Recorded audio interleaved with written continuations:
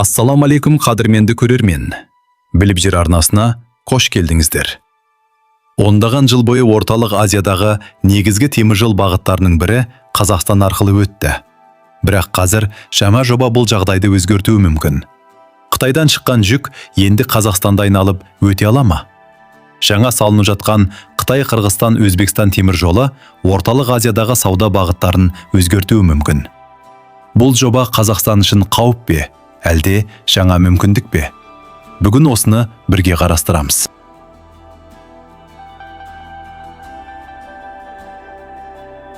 Бұл теміржол идеясы кеше ғана пайда болған жоқ. Оның тарихы өткен ғасырдың 90-шы жылдарына барып тіреледі. Сол кездің өзінде Қытай өз тауарларын Орталық Азия арқылы батысқа жылдамырақ жеткізетін жаңа бағыт іздей бастады. Алайда жоба ұзақ уақыт бойы іске аспады. Бұған қаржыландыру мәселесі, таулы жерлердегі күрделі құрылыс және үш елдің ортақ келісімге келуі сияқты себептер әсер етті. Жылдар өтті, бірақ әлемдегі сауда бағыттары өзгере бастады. Қытай үшін балама көлік дәліздерінің маңызы артты. Осы кезде көп жылдан бері талқыланып келген жоба қайта жанданды. Енді Қытай-Қырғызстан-Өзбекстан теміржолы біртіндеп шындыққа айналып келеді. Жаңа теміржол іске қосылса, оның Қазақстанға әсері қандай болуы мүмкін? Біріншіден, Қытайдан Өзбекстанға баратын кейбір жүктер енді Қазақстан аумағына кірмей-ақ Қырғызстан арқылы өте алады. Бұл белгілі бір бағыттар бойынша балама дәліздің пайда болғанын білдіреді. Алайда бұл Қазақстан енді транзиттік маңызын жоғалтады деген сөз емес. Қазақстан арқылы өтетін теміржол желісі әлдеқайда кең, өткізу қабілеті жоғары және Еуропа бағытындағы негізгі халықаралық дәліздердің бірі болып қала береді. Сарапшылардың пікірінше, жаңа бағыт өңірдегі бәсекелестікті күшейтеді. Ал бәсекелестік көбіне инфрақұрылымды дамытуға және қызмет сапасын арттыруға ынталандырады. Сондықтан бұл жобаны тек қауіп ретінде емес, Орталық Азиядағы көлік жүйесінің кеңею ретінде де қарастыруға болады. Енді ең маңызды сұраққа келейік. Бұл алып жобадан ең көп пайда көретін қай мемлекет? Бір қарағанда жауап қарапайым сияқты көрінуі мүмкін. Бірақ шын мәнінде бұл жобаға қатысушы әр елдің өз мақсаты бар. Алдымен Қытайдан бастайық. Бүгінде Қытай әлемдегі ең ірі экспорттаушы мемлекеттердің бірі. Жыл сайын миллиондаған контейнер, электроника, киім-кешек, автокөлік бөлшектері, өндірістік жабдықтар және басқа да тауарлармен әлемнің түкпір-түкпіріне жөнелтіледі. Осындай үлкен көлемдегі сауда үшін бір ғана көлік бағытына тәуелді болу үлкен тәуекел саналады.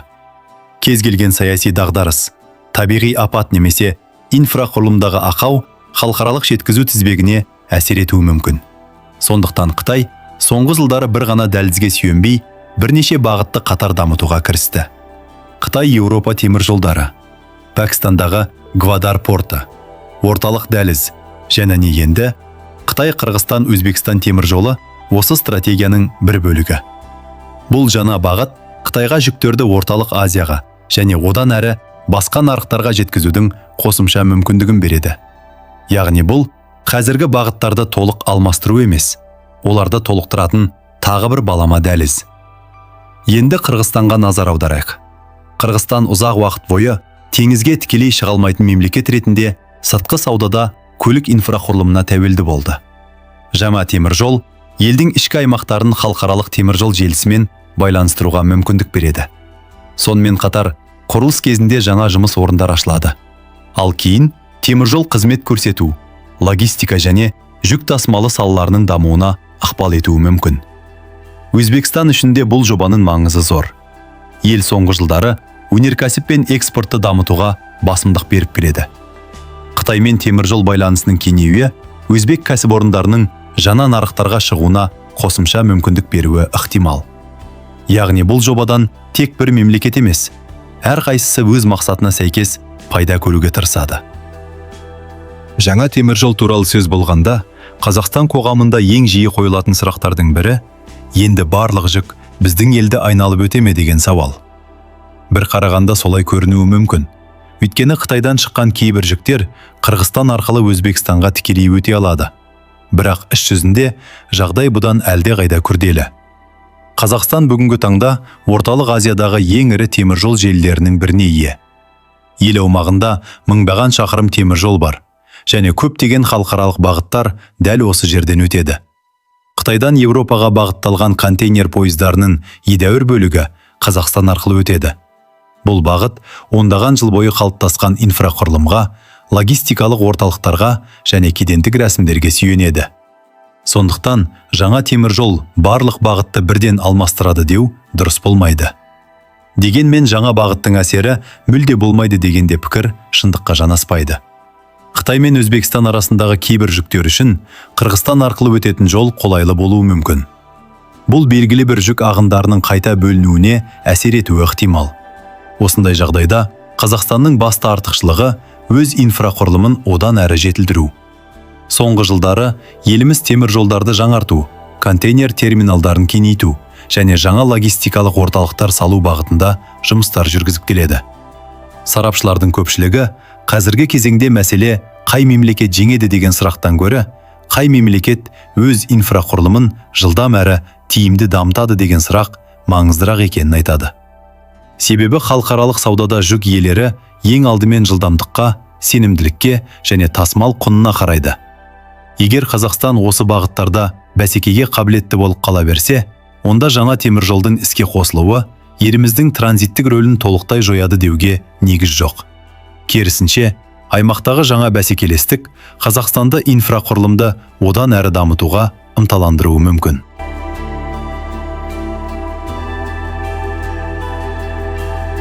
Тарихқа қарасақ, ірі көлік жолдары тек жүк тасымалдау үшін ғана салынған жоқ. Олар экономиканы өзгертті, жаңа қалалардың дамуына ықпал етті, сауда бағыттарын қалыптастырды және кейде мемлекеттердің геосаяси маңызында арттырды. Бір кездері Ұлы Жібек жолы дәл осы орталық Азия арқылы өткен еді. Сол дәуірде бұл аймақ шығыс пен батысты байланыстыратын маңызды көпір болды. Керуендер мыңдаған шақырым жүріп, осы өңір арқылы Қытайдың жібегін, дәмдеуіштерін, қағазын және басқа да тауарларын Еуропаға жеткізді. Бүгінде жағдай өзгергенімен, негізгі идея өзгерген жоқ. Қазір керуендердің орнын контейнер пойыздары басты, ал көне керуен жолдарының орнын заманауи теміржол дәліздері алмастырып келеді. Қытай, Қырғызстан, Өзбекстан теміржолы осы өзгерістің бір бөлігі ғана, бірақ ол жалғыз жоба емес. Соңғы жылдары орталық Азияда жаңа автомобиль жолдары, логистикалық орталықтар, құрғақ порттар және халықаралық көлік дәліздері де дамып жатыр. Бұл өмірдің маңызын бұрынғыдан да арттыра түседі. Өйткені Азия мен Еуропа арасындағы сауда көлемі жоғары болып тұрған жағдайда тиімді құрлық бағыттарына сұраныс сақталады. Сонымен бірге кез келген ірі жоба белгілі бір сынақтармен қатар жүреді. Таулы жерлерде теміржол салу техникалық жағынан күрделі. Инфрақұрылымды күтіп ұстау тұрақты қаржыны қажет етеді. Бұған қоса халықаралық сауда көлемі, аймақтағы саяси тұрақтылық және мемлекеттердің өзара ынтымақтастығы да жобаның ұзақ мерзімді тиімділігіне әсер етеді. Сондықтан бұл теміржолдың нақты нәтижесін бірнеше айдың ішінде бағалау мүмкін емес. Оның толық ықпалы алдағы жылдары біртіндеп байқалады. Бірақ бір нәрсе анық. Орталық Азия енді тек әлем картасындағы өмір ғана емес. Ол халықаралық көлік пен логистика жүйесіндегі маңызды тораптардың біріне айналуға ұмтылып келеді. Сонымен, Қытай, Қырғызстан, Өзбекстан теміржолы жай ғана жаңа теміржол емес. Бұл орталық Азиядағы көлік бағыттарының біртіндеп өзгеріп жатқанын көрсететін ірі жобалардың бірі. Қытай үшін бұл халықаралық сауда бағыттарын әртараптандыруға арналған қосымша дәліз. Қырғызстан үшін ондаған жылдар бойы күткен ірі инфрақұрылымдық жоба. Өзбекстан үшін сыртқы нарықтарға шығу мүмкіндігін кеңейтетін жаңа байланыс. Ал Қазақстанға келсек, бұл жағдайды тек қауіп ретінде қабылдау дұрыс болмас еді. Біздің еліміз әлі де Еуропа мен Азияны байланыстыратын маңызды транзиттік мемлекет болып қала береді. Бірақ жаңа жағдайда бәсекелестік күшейеді. Ал бұл инфрақұрылымды жаңарту мен логистиканы дамытуға қосымша серпін береді. Тарих көрсеткендей, халықаралық саудада бір ғана бағытқа сенім арту сирек кездеседі. Әлем өзгерген сайын жаңа жолдар салынып, жаңа дәліздер пайда болады. Сондықтан болашақта бірнеше бағыттың қатар жұмыс істеуі қалыпты құбылыс.